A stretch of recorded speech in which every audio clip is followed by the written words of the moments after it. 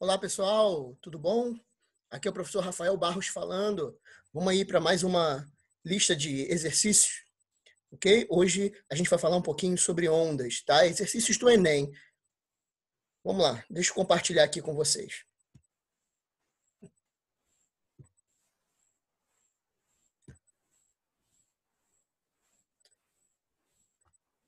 Deixa eu aumentar aqui.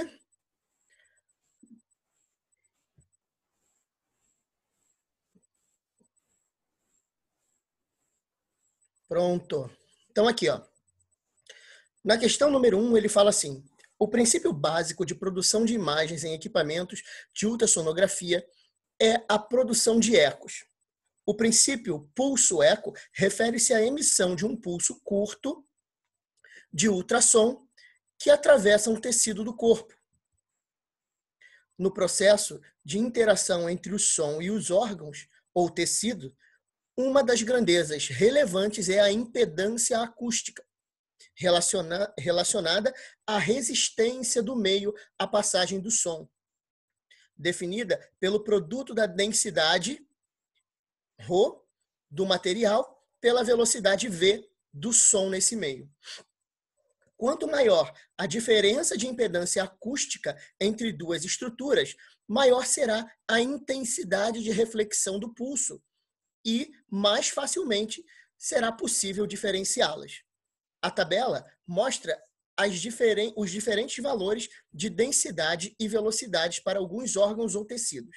Então aqui, ó, ele te dá a estrutura, né? Cérebro, músculo, gordura, osso, te dá a densidade de cada um deles e a velocidade com que o som se propaga nessa estrutura. Então, qual é a ideia aqui? De acordo com a impedância, que é o produto, né, está associada ao produto densidade e velocidade, você consegue determinar qual estrutura você está vendo. E o que ele quer? Ele quer o seguinte: em uma imagem de ultrassom, as estruturas mais facilmente diferenciáveis são... Então, olha, como que você vai diferenciar duas estruturas? Repara que, se essas estruturas tiverem a impedância muito próximas uma da outra, você não consegue diferenciar bem, né? Você tem que ter uma diferença de impedância bem grande. Beleza? É como se você tivesse, por exemplo, tentando diferenciar duas cores muito próximas, né? Qual que é mais fácil de você diferenciar? É mais fácil você diferenciar o azul escuro do azul um pouquinho mais claro ou diferenciar o azul escuro do branco, né? É muito mais fácil você diferenciar o azul escuro do branco. Por quê? Porque tem um contraste bem grande entre eles, né? Você tem uma diferença bem grande. E é justamente o que tem que acontecer aqui. Eu preciso de uma impedância, né, bem diferente um do outro. E a impedância está associada a esse produto, densidade e velocidade. Ou seja, aquelas estruturas que tiverem a maior impedância e a menor impedância vão ser mais facilmente diferenciáveis. Repara que a menor impedância, você consegue ver aqui, fazendo o produto, é a impedância da gordura. Ela vai te dar o menor produto, ρ vezes velocidade. Enquanto a maior impedância é a impedância dos ossos, né? Que vai te dar o maior produto, ρ velocidade. Então, as duas estruturas mais facilmente diferenciáveis é a gordura e o osso. Beleza?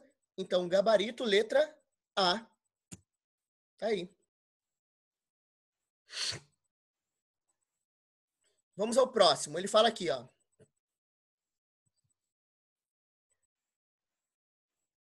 Ele fala assim: o sonorizador é um dispositivo físico implantado sobre a superfície de uma rodovia, de modo que provoque uma trepidação e ruído quando a passagem de um carro sobre ele, alertando para uma situação atípica à frente, como obras, pedágios, travessias de pedestres. Ao passar sobre os sonorizadores, a suspensão do veículo sofre vibrações que produzem ondas sonoras, resultando em um barulho peculiar. Considere um veículo que passe com velocidade constante de 108 km por hora sobre um sonorizador, cujas faixas são separadas por uma distância de 8 centímetros. A frequência de vibração do automóvel percebida pelo condutor durante a passagem desse sonorizador é mais próxima de... Então, repara que na questão, ele já te dá aqui, tá, dois dados importantes. A velocidade do carro, 108 km por hora, e a distância entre duas faixas. Essa distância entre duas faixas, ela corresponde ao comprimento de onda. Repara que a passagem da roda pelas faixas provoca picos picos sonoros, né? E a distância entre dois picos consecutivos é exatamente a distância entre as duas faixas. Então, vamos lá. Vamos aplicar aqui a equação. Ele fala assim, a frequência de vibração do automóvel percebida pelo condutor durante a passagem nesse sonorizador é mais próxima de... Então, aqui é só a gente aplicar a equação fundamental. V igual a lambda F. Lembrando que a gente precisa passar esses 8 centímetros para metros, né? Então, ele vai virar 8, 10 a menos 2, e ele vai funcionar como comprimento de onda. E a minha velocidade, que era de 108 km por hora, ela vai virar 30 metros por segundo.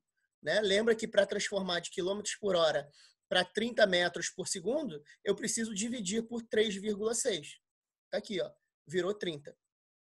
E jogando na nossa equação fundamental, a gente tem V igual a lambda F. Então, velocidade 30, o lambda 8, 10 a menos 2 e a frequência F. Então, a nossa frequência vai ser 3.000 sobre 8, 375 Hz. O nosso gabarito é letra C. Beleza? Vamos para a terceira, gente. Essa aqui é interessante. Ele fala assim, ó. Em apresentações musicais realizadas em espaço onde o público fica longe do palco, é necessária a instalação de alto-falantes adicionais a grandes distâncias, além daqueles localizados no palco. Como a velocidade com que o som se propaga no ar? Aí ele bota aqui, ó, velocidade do som, 3,4 10 ao quadrado metros por segundo. 340 metros por segundo, né? É muito menor que a velocidade com que o sinal elétrico se propaga no cabo. Aí ele dá aqui a velocidade do sinal. Ó, muito grande essa velocidade, né? 3,6 10 a oitava metros por segundo. É necessário atravessar o sinal elétrico de modo que ele chegue ao cabo, ao alto-falante, no mesmo instante em que o som vindo do palco chega pelo ar. Para tentar contornar esse problema, o técnico de som passou simplesmente a instalar um cabo elétrico com comprimento suficiente. Pensou em simplesmente instalar um cabo elétrico com comprimento suficiente para o sinal chegar ao mesmo tempo que o som, em um alto-falante que está a uma distância de 680 metros do palco. A solução é inviável, pois seria necessário um cabo elétrico de comprimento mais próximo de... Então, gente, embora ele trate aqui de ondas sonoras, né, a fórmula que a gente vai usar é a fórmula da velocidade média, ΔS sobre ΔT. Então, ó, o que ele quer que aconteça? Olha aqui a dica para você resolver o problema. Ele fala que o sinal elétrico precisa chegar ao mesmo tempo que o som. Então, o que a gente vai fazer? A gente vai dizer que o tempo que o sinal elétrico leva para chegar até o espectador, né, até a caixa do alto-falante, é igual ao tempo que o som leva para chegar até ao espectador. Então, tempo pode ser escrito como distância sobre velocidade. Então, para o tempo do sinal, comprimento do cabo sobre velocidade do sinal. Para o tempo do som, distância que o som percorre sobre velocidade do som. Agora eu vou jogar os valores. Ó, comprimento do cabo sobre 2,6 10 a oitava tem que ser igual à distância que o som percorre, 680, sobre 340. Fazendo essa multiplicação, a gente descobre que o comprimento do cabo é de 5,2 10 a oitava metros, ou 5,2 10 a quinta quilômetros. Gabarito, letra D. Tá? É inviável, né? Você teria que ter um cabo aqui com 5,2 10 a quinta quilômetros. É muita coisa. É muita coisa. Tá? Então, gabarito, letra D. Tudo bem, pessoal? Então, gente, esses aí foram os exercícios do Enem, tá? Para ondas. Espero ter ajudado vocês. Um grande abraço e até a próxima, gente. Tchau, tchau.